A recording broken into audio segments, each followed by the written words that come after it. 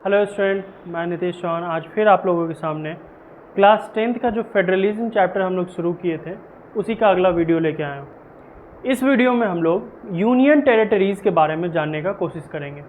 ठीक है, union territories कितने होते हैं, उनका क्या पावर है, वो उसके पास कोई पावर वगैरह है भी कि नहीं, अगर है तो किस गवर्नमेंट का रूल्स रेगुलेशन चलेगा वहाँ पे। ठीक है, कौन सा लेवल ऑफ गवर्नमेंट वहाँ पे रूल रेगुलेशन बना सकता है, सेंट्रल गवर्नमेंट कि स्टेट गवर्नमेंट। ठीक है, तो आइए चलिए देखते हैं। तो जैसा कि हम लोग जानते हैं कि यूनियन टेरिटरीज टोटल कितने होते हैं, 8 होते हैं। कौन कौन? Jammu and Kashmir, Ladakh, Chandigarh, Delhi, Andaman and Nicobar, Dadar and Nagar Haveli and Daman and Diu, Lakshadweep, Puducherry. ये टोटल 8 हमारे क्या हैं, यूनियन टेरिटरीज। क्या हैं? Union territories. They are too small to become an independent state. अब ये 8 यूनियन टेरिटरीज इतने छोटे हैं कि इनको एक इंडिपेंडेंट स्टेट घोषित नहीं किया जा सकता है। ठीक है, ना ही किसी दूसरे स्टेट के साथ इसको मर्ज किया जा सकता है। समझ में आया बात? ये यूनियन टेरिटरीज इतने छोटे हैं, ना ही इनको कोई इंडिपेंडेंट स्टेट घोषित किया जा सकता है और ना ही इनको किसी दूसरे स्टेट के साथ मर्ज किया जा सकता है। तो क्या किया जा सकता है भाई? These territories don't have power like a state. State के पास जितना पावर होता है ना, उतना पावर इन टेरिटरीज के पास नहीं होता है। ठीक है, इन टेरिटरीज के पास कुछ सम स्पेशल प्रोविजंस होंगे, लेकिन नॉर्मल स्टेट के जैसा पावर यहाँ पे नहीं होगा इन लोगों के पास। ठीक है, the central government has the special power in these areas. इस एरियाज में, इन एरियाज में रूल्स रेगुलेशन कौन बनाएंगे? Central government. सेंट्रल गवर्नमेंट के पास कुछ स्पेशल पावर है इन एरियाज़ को देखने का। ठीक है, और इन एरियाज़ में कुछ रूल्स रेगुलेशन को मेंटेन रखने का। समझ में आया बात यहाँ पे कि यूनियन टेरिटरीज इतने छोटे हैं कि उनको ना ही कोई स्टेट घोषित किया जा सकता है और ना ही किसी स्टेट के साथ उसको मर्ज किया जा सकता है।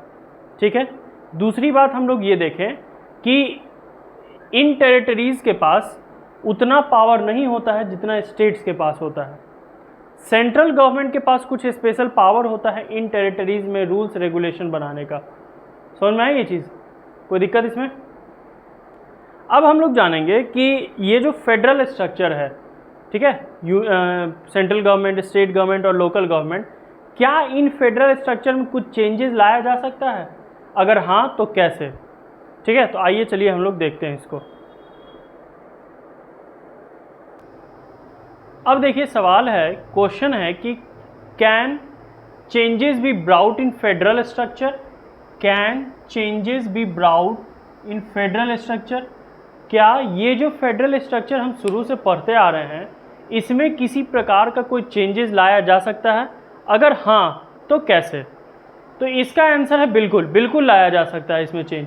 ठीक है, here power sharing is done according to constitution. यहाँ पे जो हम लोग पावर शेयरिंग देख रहे हैं ना, वो किसके अकॉर्डिंग देख रहे हैं? कॉन्स्टिट्यूशन के आधार पर। यानी कि ये चीज़ कॉन्स्टिट्यूशन में दिया हुआ है कि गवर्नमेंट अपना पावर कैसे कैसे शेयर करेगी और किन लोगों के साथ शेयर करेगी। ठीक है, if anybody wants to change then it can be possible but requires many procedure. अगर कोई उसमें चेंजेस लाना चाह रहा है तो ये पॉसिबल है, लेकिन इसका एक प्रोसीजर है, इसका एक रूल्स है, एक रेगुलेशन है। ठीक है, उसको फॉलो करने के बाद ही इसमें चेंजेस लाया जा सकता है। तो क्या रूल्स और रेगुलेशन है, ध्यान दीजिए। पहला रूल तो ये है कि अगर हमको कोई चेंजेस लाना होगा ना, तो हमको अपर हाउस और लोअर हाउस, पार्लियामेंट के अपर हाउस और लोअर हाउस में कम से कम 2/3 अप्रूवल तो चाहिए ही चाहिए। ठीक है, 2/3 अप्रूवल पार्लियामेंट के अपर हाउस से और 2/3 अप्रूवल पार्लियामेंट के लोअर हाउस से, इतना कम से कम अप्रूवल हमको चाहिए।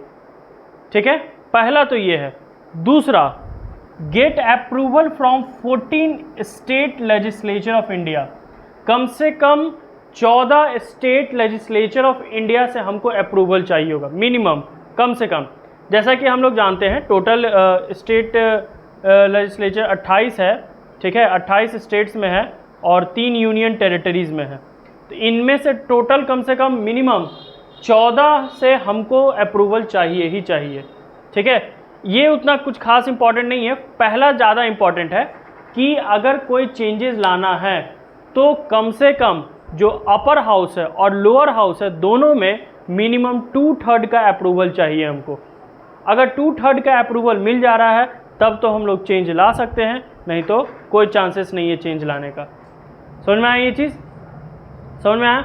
नोट कीजिए इसको। अब हम लोग का अगला टॉपिक है कि भाई फेडरलिज्म है, लेकिन फेडरलिज्म को प्रैक्टिस कैसे किया जाता है। ठीक है, एक तो ये तरीका हम देख लिए कि भाई गवर्नमेंट अपने पावर को शेयर कर दे रहा है सेंट्रल, स्टेट और तुम्हारा लोकल लेवल ऑफ गवर्नमेंट में, लेकिन इसको और बाकी सब चीज़ में कैसे कैसे प्रैक्टिस किया जाता है, तो आइए चलिए देखते हैं उसको हम लोग। अब इसमें हम लोग देखेंगे कि हाउ फेडरलिज्म इज प्रैक्टिस्ड, आखिर फेडरलिज्म को प्रैक्टिस कैसे किया जाता है। तो पहला हमारा है कि लिंग्विस्टिक स्टेट। अच्छा, फेडरलिज्म मतलब सिर्फ यही नहीं कि गवर्नमेंट के पावर को बांटना, फेडरलिज्म का ही मतलब होता है डिस्ट्रीब्यूशन, यानी कि बांटना। तो अब यहाँ पे क्या है ना कि स्टेट्स को बांटा गया है, तो स्टेट्स को पहले जिस आधार पर बांटा गया है वो हमारा पहला प्रायोरिटी है लिंग्विस्टिक, यानी कि लैंग्वेज के आधार पर कैसे बांटा गया है। तो अगर हम लोग ओल्ड स्टेट्स देखेंगे, आप लोग पुराना इंडिया का मैप देखेंगे 1947 का, तो उसमें बहुत बड़ा इंडिया बना हुआ है। ठीक है, बहुत बड़ा इंडिया। लेकिन क्या हुआ कि धीरे धीरे धीरे धीरे धीरे धीरे आते आते जितने भी ओल्ड स्टेट्स हैं ना, ये वैनिस्ड होते चले गए, यानी कि ख़त्म होते चले गए, और नए स्टेट्स जो हैं ये क्रिएट होते चले गए। किसके आधार पर? लैंग्वेज के आधार पर। ठीक है, यानी कि लैंग्वेज के आधार पर पुराने स्टेट्स वैनिश होते चले गए और नए स्टेट बनते चले गए। ठीक है, 1947 के बाद। कारण, रीज़न क्या है? क्योंकि जैसा कि हम लोग जानते हैं कि हमारा इंडिया एक बहुत ही डाइवर्स कंट्री है। यहाँ पे अलग अलग टाइप के रिलीजन, अलग अलग टाइप के लोग, अलग अलग टाइप का रीति रिवाज, अलग अलग टाइप का लैंग्वेज, जिसके कारण different groups of peoples speak different languages. हमारे इंडिया में जो है ना, अलग अलग ग्रुप ऑफ पीपल्स जो हैं अलग अलग लैंग्वेजेस बोला करते हैं। ठीक है, यानी कि जैसे ही हम लोग थोड़ा स्टेट्स चेंज करेंगे ना, लैंग्वेज चेंज हो जाएगा। जैसे थोड़ा साउथ में चल जाए तो तमिल बोलते हैं, इंग्लिश बोलते हैं। ठीक है, फिर बिहार में आ जाओ, बिहारी, इंग्लिश, हिंदी, इस टाइप का रहता है। अब इससे होगा क्या? इससे होगा लोगों में यूनिटी बना हुआ रहेगा, यानी एकता बना हुआ रहेगा। कहने का मतलब कि किसी भी एक लैंग्वेज को या किसी भी एक स्टेट को लैंग्वेज के आधार पर प्रायोरिटी नहीं मिलने से क्या होगा ना, लोगों में यूनिटी बना रहेगा। ठीक है, यही अगर हम कह दें कि तमिलनाडु में तमिल लैंग्वेज सबसे प्रायोर है, सबसे बड़ा है। ठीक है, यानी कि उसको हम एक नेशनल लैंग्वेज घोषित कर दें, तो ऑब्वियस है तमिलनाडु का जो प्रायोरिटी है वो तो इंक्रीज़ हो जाएगा, वहाँ के लोगों का जो वैल्यू है वो भी बढ़ जाएगा। तो बाकी स्टेट्स के लोगों के मन में थोड़ा सा दिक्कत आने लगेगा, यूनिटी नहीं हो पाएगी, यूनिटी यहाँ पे ख़त्म हो जाएगा, ब्रेक हो जाएगा। तो ये यूनिटी ना ब्रेक होने के लिए क्या किया गया कि स्टेट्स को लैंग्वेज के आधार पर ब्रेक कर दिया गया। ठीक है, बांट दिया गया। इसके अलावा ईजी फॉर एडमिनिस्ट्रेशन, थोड़ा सा एडमिनिस्ट्रेशन में भी आसान हो जाता है। ठीक है, क्योंकि जो लोग जिस भाषा को समझते हैं ना, अगर उसी भाषा में एडमिनिस्ट्रेशन वगैरह करेंगे तो ज़्यादा ईजी हो जाएगा। ठीक है, यही चीज़ अगर तमिल वाले लोग थोड़ा सा हिंदी में आ जाए यहाँ पे तो एडमिनिस्ट्रेशन करने, तो थोड़ा सा यहाँ पे दिक्कत हो जाएगा। या यहीं के लोग तमिल में चले जाएं, ठीक है, तमिल लैंग्वेज में वो एडमिनिस्ट्रेशन करने तमिलनाडु वगैरह में, तो वो भी प्रॉब्लम क्रिएट करेगा। समझ में आया ये चीज़? तो रीज़न क्या है? तो रीज़न पहला है कि लोगों में एकता, यूनिटी बना रहे, इसके लिए। इसके अलावा हमारे इंडिया में जितने भी लोग हैं सबका अपना अपना लैंग्वेज है। ठीक है, तो लैंग्वेज को प्रायोरिटी नहीं दिया गया। कुछ स्टेट्स को कल्चर, एथनिसिटी और ज्योग्राफी के आधार पर बांटा गया है। ठीक है, उनके कल्चर के आधार पर, उनके ज्योग्राफी के आधार पर, उनके एथनिसिटी के आधार पर उन स्टेट्स को बांटा गया है, जैसे कि उत्तराखंड हो गया, नागालैंड हो गया, झारखंड हो गया। ठीक है, समझ में आई ये चीज़? हालांकि झारखंड को अगर हम लोग देखें तो झारखंड को बेसिकली उनके कल्चर के आधार पर बांटा गया है। ठीक है, झारखंड का कल्चर थोड़ा सा डिफरेंट है। ठीक है, समझ में आई ये चीज़ कि कुछ स्टेट्स को ना किसके आधार पर बांटा गया है? उनके कल्चर, एथनिसिटी और ज्योग्राफी के आधार पर, जैसे कि उत्तराखंड, नागालैंड, झारखंड। ठीक है, समझ में आई ये चीज़? तो पहला हमारा है लिंग्विस्टिक के आधार पर, यानी कि लैंग्वेज के आधार पर स्टेट्स को डिस्ट्रीब्यूट किया गया है, बांटा गया है। क्यों? ताकि लोगों में यूनिटी बना रहे और एडमिनिस्ट्रेशन आसानी से हो सके, किसी भी पर्टिकुलर लैंग्वेज को प्रायोरिटी न दिया जाए। ठीक है, इसीलिए। समझ में आई ये चीज़। अब कुछ इसी से रिलेटेड जो है ना हमारा लैंग्वेज पॉलिसी है, ठीक है, गवर्नमेंट के द्वारा लैंग्वेज पॉलिसी दिया गया है कॉन्स्टिट्यूशन के आधार पर, ठीक है। अब वो लैंग्वेज पॉलिसी क्या है इसको नोट कीजिए पहले।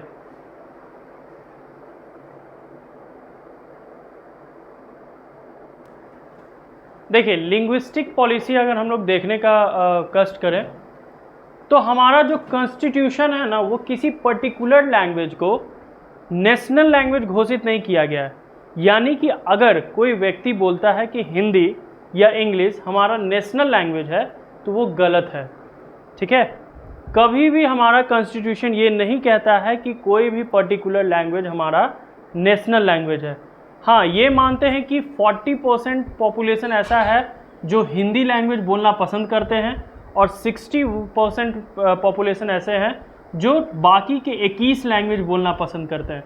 यानी कि हमारे कॉन्स्टिट्यूशन में टोटल 22 भाषाओं को मान्यता दिया गया है, ठीक है। यानी 22 language are scheduled in our constitution, ठीक है। इन 22 में से कोई भी ऐसा लैंग्वेज नहीं है जिसको नेशनल लैंग्वेज घोषित किया गया है, ठीक है। यानी कि हमारे कॉन्स्टिट्यूशन में टोटल कितने लैंग्वेज घोषित किए गए हैं, शेड्यूल्ड किए गए हैं 22 लैंग्वेज, ठीक है। हमारे कॉन्स्टिट्यूशन जो है ना वो gives equal rights to every language, हर एक लैंग्वेज को बराबर अधिकार देता है। यानी व्यक्ति के पास पूरा अधिकार है कि वो किसी भी लैंग्वेज में से इन 22 भाषा में से कोई भी भाषा में एग्ज़ाम दे सकते हैं, बोल सकते हैं, सारा भाषा सब जगह वैलिड है, ठीक है। समझ में आई ये चीज़। यानी कि हमारा कॉन्स्टिट्यूशन कभी भी किसी को भाषा के आधार पर डिस्क्रिमिनेट नहीं करने को कहता है। यानी सभी लैंग्वेज क्या है, इक्वल राइट्स है, सभी लैंग्वेजेस को इक्वल राइट्स दिया गया है हमारे कॉन्स्टिट्यूशन के आधार पर। हाँ, ये कह सकते हैं कि हमारे यहाँ इंग्लिश और हिंदी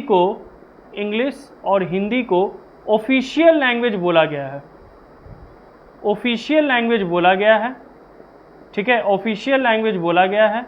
यानी कि कामकाज के दौरान हम लोग हिंदी इंग्लिश बोल सकते हैं, यानी कि ऑफिशियल लैंग्वेज इनको हम कह सकते हैं, लेकिन नेशनल लैंग्वेज के कैटेगरी में इन दोनों को नहीं रख सकते हम। इन दोनों को क्या 22 भाषा में से किसी को नहीं रख सकते। तो ये बात समझ में आया। यहाँ से एक क्वेश्चन उठता है कि कॉन्स्टिट्यूशन में ने कितनी भाषाओं को शेड्यूल्ड किया है, तो 22 लैंग्वेजेस, ठीक है। कितनी भाषा, 22 लैंग्वेजेस। इन 22 में से कोई भी ऐसा भाषा नहीं है जिसको नेशनल लैंग्वेज घोषित किया गया है। ऑफिशियल लैंग्वेज बोला जा सकता है इंग्लिश और हिंदी को।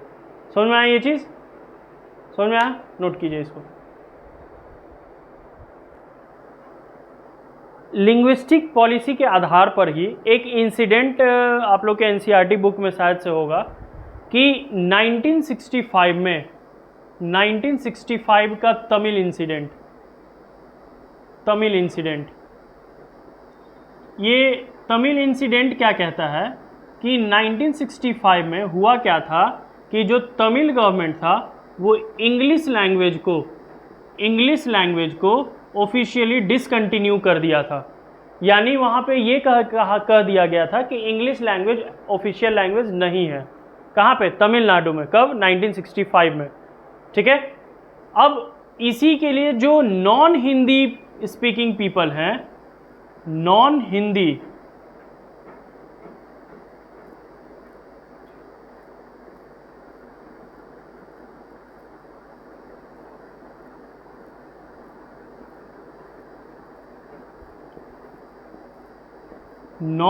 स्पीकिंग पीपल जो थे, इन लोगों ने प्रोटेस्ट करना शुरू कर दिया, ठीक है। और गवर्नमेंट के इस डिसीजन को इन्होंने अपोज करना शुरू कर दिया, क्योंकि इंग्लिश क्या है, ऑफिशियल लैंग्वेज है। तो मैक्सिमम लोग क्या थे वहाँ पे तमिलनाडु में, इंग्लिश ही बोला करते थे, ठीक है। और इंग्लिश में ही लोग टॉक किया करते हैं। अभी भी हम लोग, आप लोग केरला में, साउथ में जाइएगा तो केरला और तमिलनाडु एक ऐसा स्टेट है जहाँ पे नॉर्मल लोग भी इंग्लिश में ही बात करेंगे या तो तमिल में। तो वहाँ का गवर्नमेंट इंग्लिश को बैन कर दिया, यानी कि इंग्लिश को ऑफिशियल लैंग्वेज से हटा दिया। तो जितने भी नॉन हिंदी स्पीकिंग पीपल थे, इन्होंने गवर्नमेंट के खिलाफ एक अपोजिशन करना शुरू कर दिया, अपोज करना शुरू कर दिया, ठीक है। जिसका रिजल्ट ये निकला कि फाइनली जो सेंट्रल गवर्नमेंट है, स्टेट गवर्नमेंट तो वो काम कर दिया, लेकिन फाइनली जो सेंट्रल गवर्नमेंट है इनको वापस से इंग्लिश को एज अ ऑफिशियल लैंग्वेज बनाना पड़ा।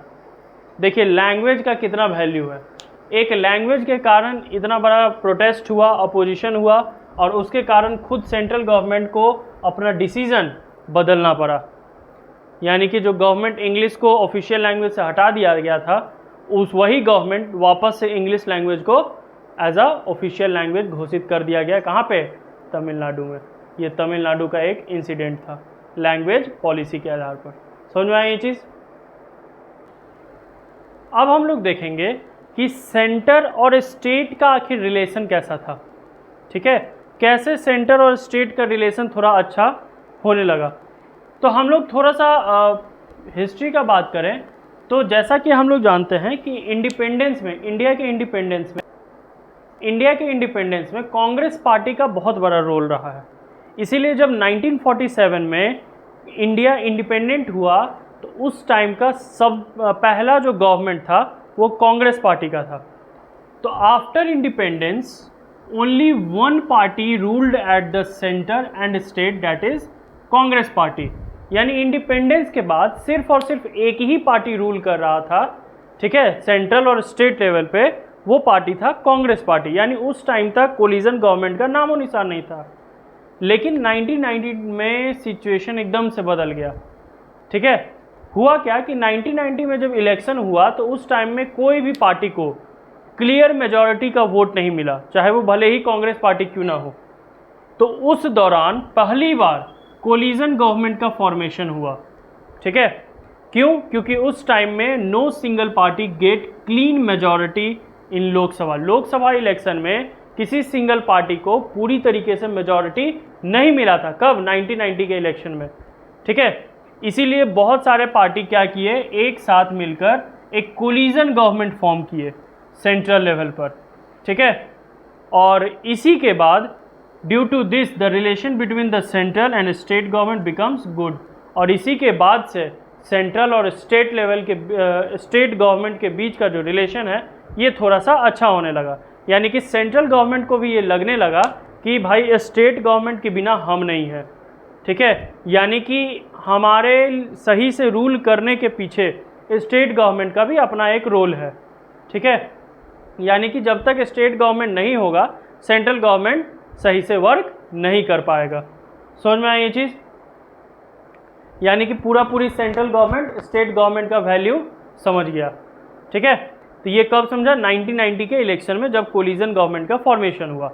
उससे पहले तो सिर्फ कांग्रेस पार्टी ही जीतते आ रही थी, कोई दूसरा पार्टी जीतते हुए नहीं आ रहा था। समझ में आई ये चीज़? बाकी नेक्स्ट वीडियो में हम लोग देखेंगे डिसेंट्रलाइजेशन कैसे हुआ।